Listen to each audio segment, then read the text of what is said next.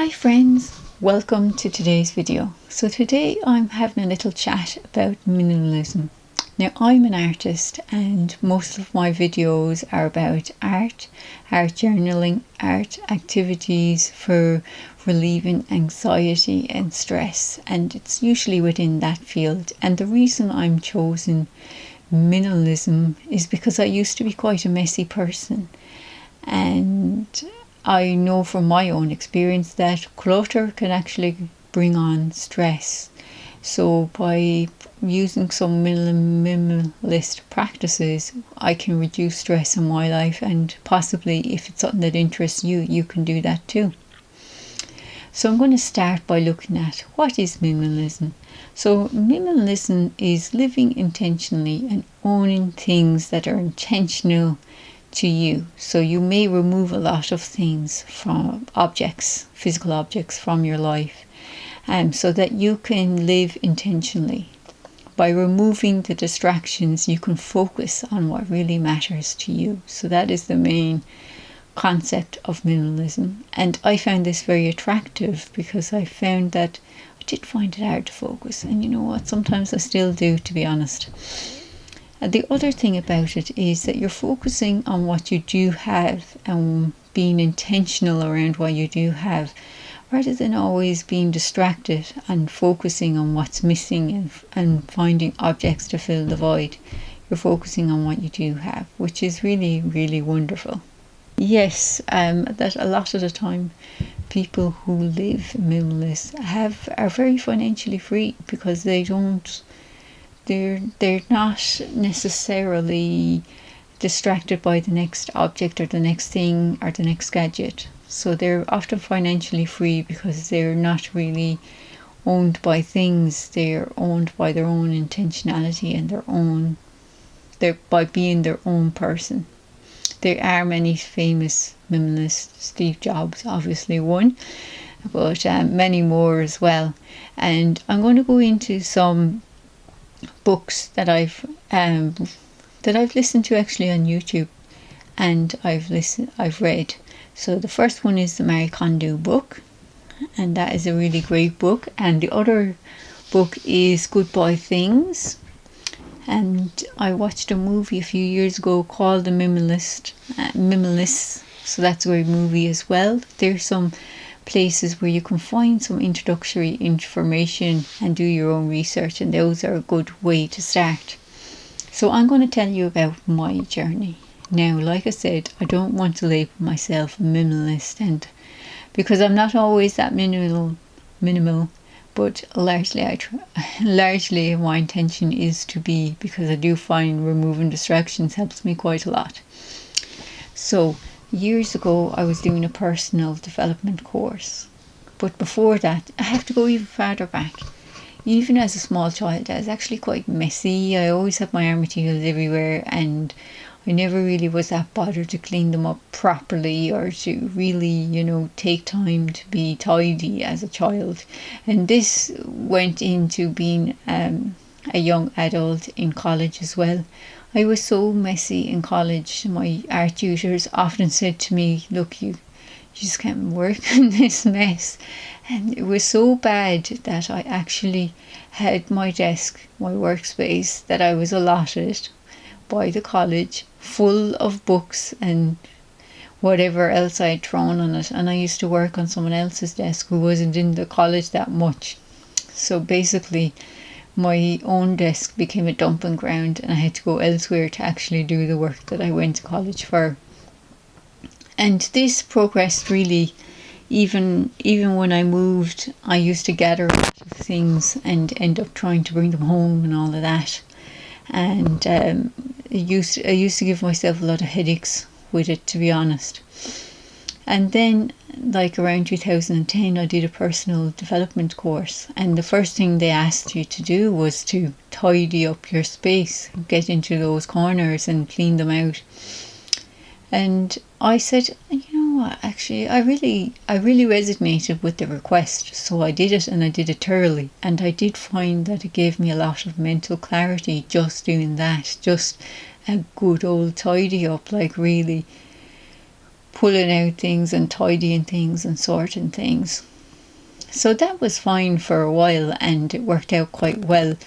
And yeah, I think because I eventually moved again, and I found it was a bit of a stress moving, but it wasn't too bad. I didn't have piles of things, but there still was quite a lot of things. So then I moved into a bigger place, and I found that I did gather a little bit, but then I minimalized. I started to kind of hear about minimalism and Marie Kondo, and I was kind of interested in the idea of it. And then I did a 7-week trip to Thailand in 2016, and I did a lot of meditation. I did a 10-day silent retreat there, and I think, like, although during the retreat I didn't really think about how far mentally it had kind of shifted my thinking and my brain until I came back, and I automatically just did the Marie Kondo. I dived straight in and really went for it. I really just thought, I'm just going for this. This is really good. I really want to, just own things that spark joy. So in the Marie Kondo book, the aim that you're trying to do is to just keep things that spark joy. So if, for example, I have my phone and I hold it and I ask myself, does this spark joy? I've actually made videos about the process, so I will link them in the description for you. So that was it, really. I just asked myself, does this spark joy? And I removed so much. I used to have like 2 wardrobes of clothes nearly, and now at this point I have 1 drawer and half a wardrobe, and I find I've loads of clothes. Well, sometimes I could do with a few new things, definitely, but I'm willing to kind of remove other things to make space for those. But I just had so many things that I didn't really wear and I didn't really want to wear, so I was really happy to be able just to remove them, that they no longer had space in my life. And I just found it helped me be more intentional and focused. So I went through the whole process, and then when I moved from the UK to Ireland, it helped me a lot, because then I had really cut down so much that a lot of my things were really cut down. Now I still had a lot of stuff, still had too many things, really, to be honest, but it was a lot less, because I had lived in that house for 5 years, which isn't a terrible long time for most people, but you'd be surprised when you're not really watching what's gathering. Like, I used to have a big huge box of fabrics, and then another box with sewing equipment. Now I have 1 shoe box with my fabrics in it, and 1 very small sewing box, and that also has all my inks and fabric paint.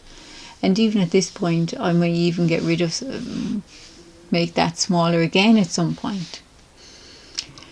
So from there I did really minimalize, and I had a lot of things in storage then for a long time, because I was living in rented rooms and that, and I hadn't really yet moved into a property permanently until I lived here. And then I brought everything back, and when I brought everything back, I did the Marie Kondo method again and got rid of more of it. I just was like, you know what, if it's going to come back, I'm just going to release it, because it might actually have a happier home being somewhere where people will use them, rather than being here with me where I'm not using them and they're just stuck in a corner gathering dust.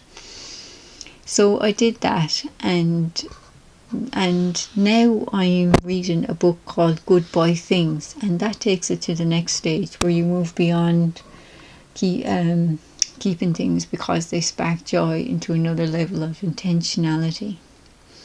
And I found from taking on this journey that I became more intentional about the things in my life, and I also found that I embraced my art more, and I developed my art side more. So I think it's been a really important part of my journey, and it wasn't really like it was something that I had planned, but it was something that kind of I did automatically, that enabled me to kind of work towards being an artist. And still I'm working towards being an artist, let's face it.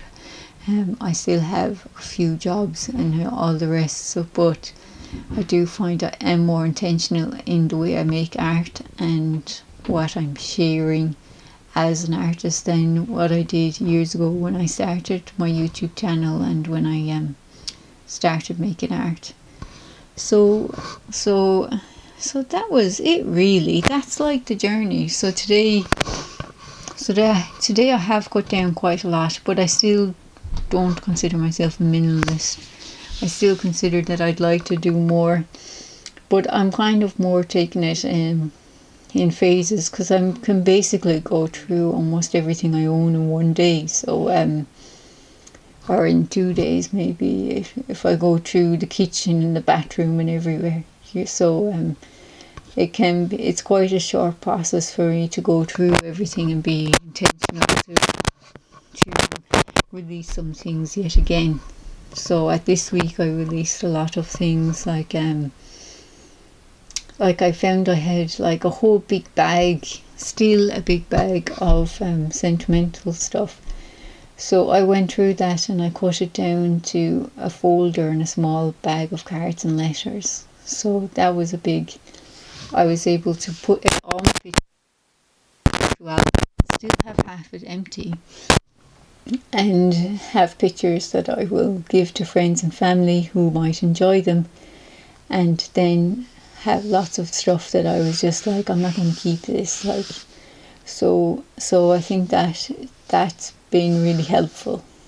So the reason that I have done this and I've gone down this route is because it helps me to be more intentional, and it helps me to be more focused. Like, cause really, I think when I was younger, I was so, I don't know, I was really passionate in art and fashion and everything, but I found it so hard to kind of be focused. And to be honest, sometimes I still feel like that today. So I find when there's less stuff around and less distractions, it's easier for me to concentrate and focus on the things that are in my space and being intentional about things that are there, that they're stuff that really matter, and cultivating skills and things in my life that are really important to me. And if you read that book, Goodbye Things, they talk a lot about that we're using very old, like our brains are developed, like technology is more necessary, the way our brains are developed, and having less things helps us to deal with all the information and all the technology and the speed of things happening nowadays. And I think there's a lot to be said for that. So if any of you guys out there have any questions about this, please leave them in the comments. Now I'm going to leave the name of a few things for you guys to do your own research. So the first one would be the Marie Kondo book. The next thing would be Goodbye Things. And the next one would be the documentary on Netflix. I don't know if it's still there, but I'm sure it's somewhere. Minimalist, and they have their own YouTube channel anyway. The next lady I will follow or look at is Heal Your Living. It's a YouTube channel, and she makes really wonderful videos, and she's really inspiring. Now, she's an extreme minimalist, but her journey is really inspiring, and she has a lot to say that's very helpful for all of us. So, and if I was to give any advice to someone, like, because this video, because I know with art materials how it can be, like, I too get the shiny object syndrome when it comes to art materials. I just love them, and I even work in an art shop, so it's very easy to be tempted all the time. And I think actually I still have too many art materials, even though I've cut them back a heck of a lot, but still think a bit too many still. But minimalism is around showing yourself compassion, So we must start by doing our research and being compassionate with ourselves and being authentic. Like, for me, that first step of a good tidy was really, I really felt called to make that step, and it really did feel authentic just to tidy, even though it's quite a simple thing to do. I used to really live in quite a mess, so it was really a big breakthrough just to give myself that much of living in a space that was tidy, that I felt happy and confident in. And it's what matters to you. Like, for me, it worked for me to just go for the Marie Kondo. I just felt like I couldn't do it halfway. I had to go all the way in because I just felt like, oh, I really want to go through everything and do it. And it was really a lot of work and a lot of time, but it was worth it. And I have found that it has kept me in check. I am in check more than I used to be. And sometimes I do fall and I do falter along the way, but I'm much more aware of when I feel that things are going too far or getting too out of line for me in terms of clutter and all of that. So what I'd say is, do your research and see what speaks to you and take it from there, because it is a journey. Like, even the Minimalists or those guys on TV and that, they've been doing it for years, and you can go as far or as far as you want. It's your journey.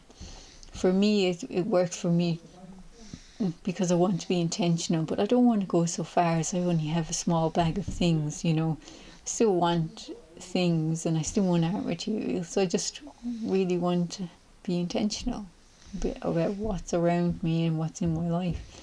And I also like that feeling that I could pack up quite quickly and move or go somewhere if I want to. I don't have any intention of doing anything like that, but it's nice to have that confidence to know you could if you wanted to. So that's all from me for today. I hope that this video will be useful for you in some way and that you'll learn something from it. Thank you for watching, and especially if you've stayed in the end until the end.